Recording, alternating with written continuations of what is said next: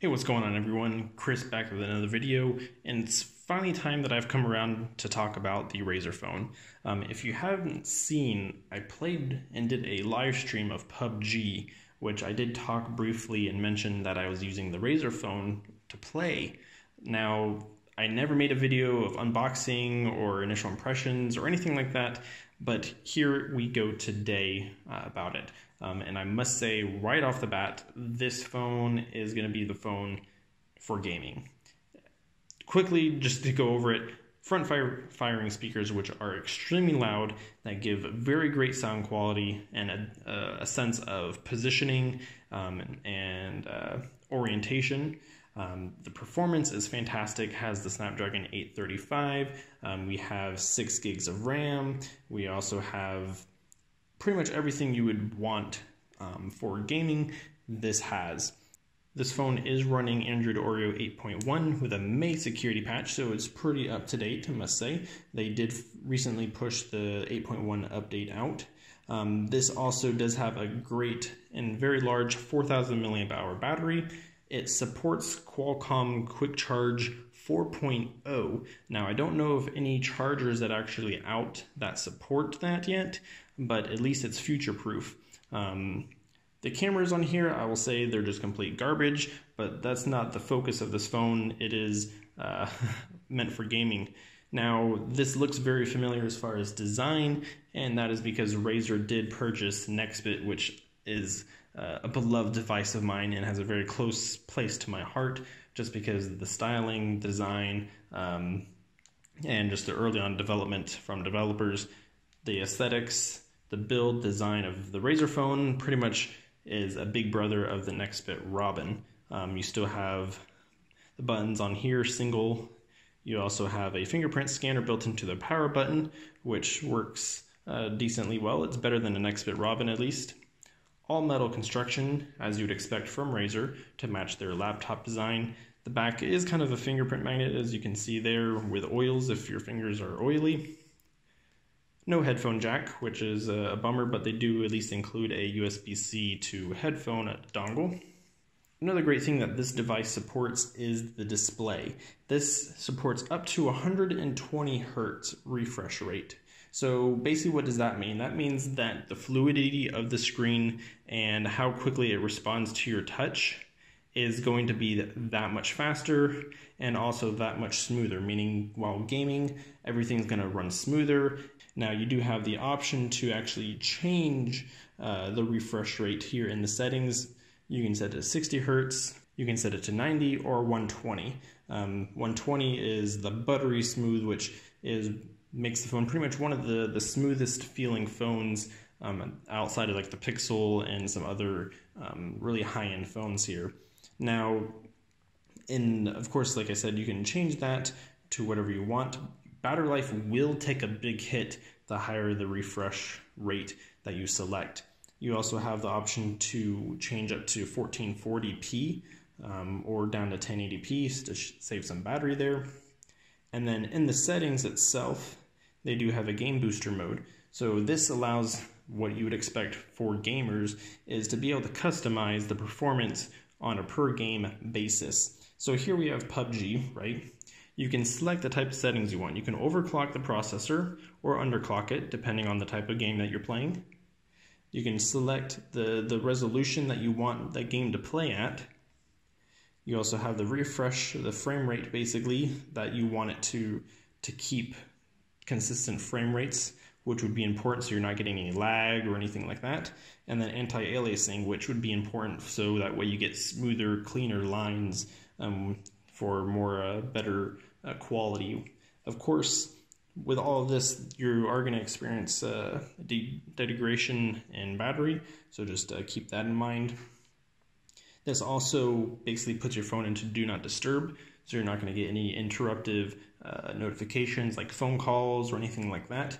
That way, while you're gaming, you can definitely focus on what you're doing.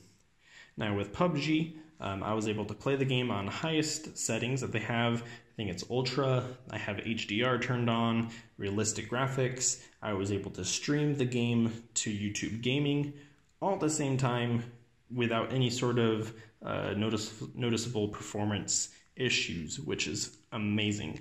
Now, PUBG is also an online multiplayer game, huge map as you'd expect, and I was able to get consistently, I'm able to go through about maybe 4 or 5 full matches, roughly about 20 minutes each or so, without having to worry about charging the phone.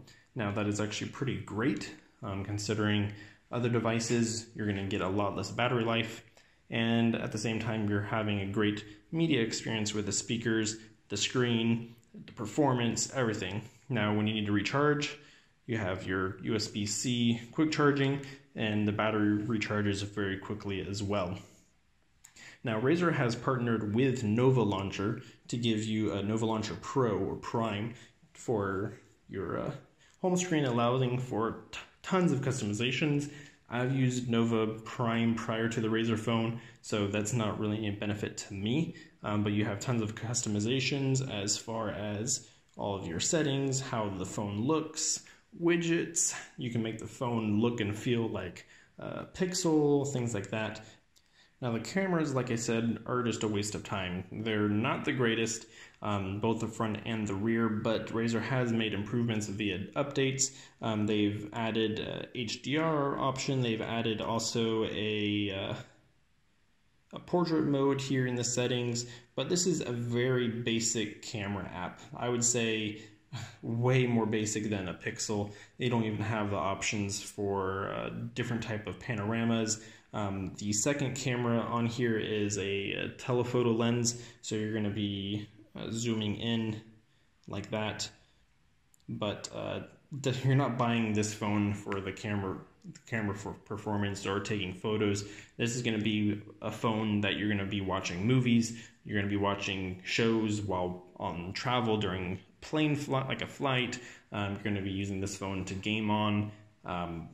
But yeah, there's no issues with heating or anything like that. From my experience, I've been playing PUBG on a daily basis and never had any issues.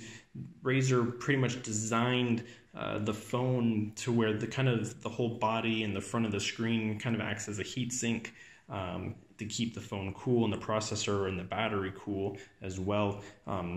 I watched the original live stream and made an entire video about the Razer phone. I'll leave the link down in the description if you are curious and want to watch that as well.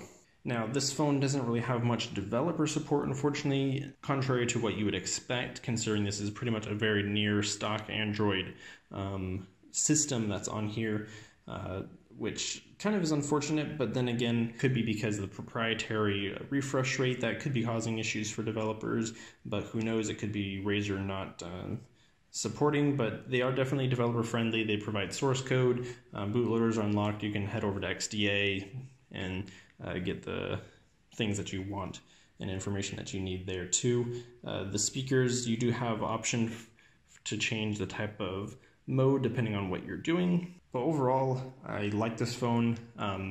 While gaming on it, it does get heavy and cumbersome, having to hold the phone quite a bit. So that's something you may want to consider. My fingers cramp up holding because it is a pretty heavy device with such a large battery and a metal build. But nonetheless, this is the phone that you're going to want for gaming, even though Asus is now going to be possibly coming out with an ROG. Maybe I might be able to check that out in the future, who knows. This hasn't been my daily driver, so this isn't really my full review, but this is definitely an in-depth overall general review. It's just a really big phone. Here is it compared to the Pixel 2 XL. It's just very blocky. Almost in every dimension, it's larger, and without the curved edges, it just feels like a much bigger device than what it is. But thank you all for watching. If you guys have questions or comments, leave them down below, and I'll do my best to get to them. And I'll see you all in the next video, guys. Take care.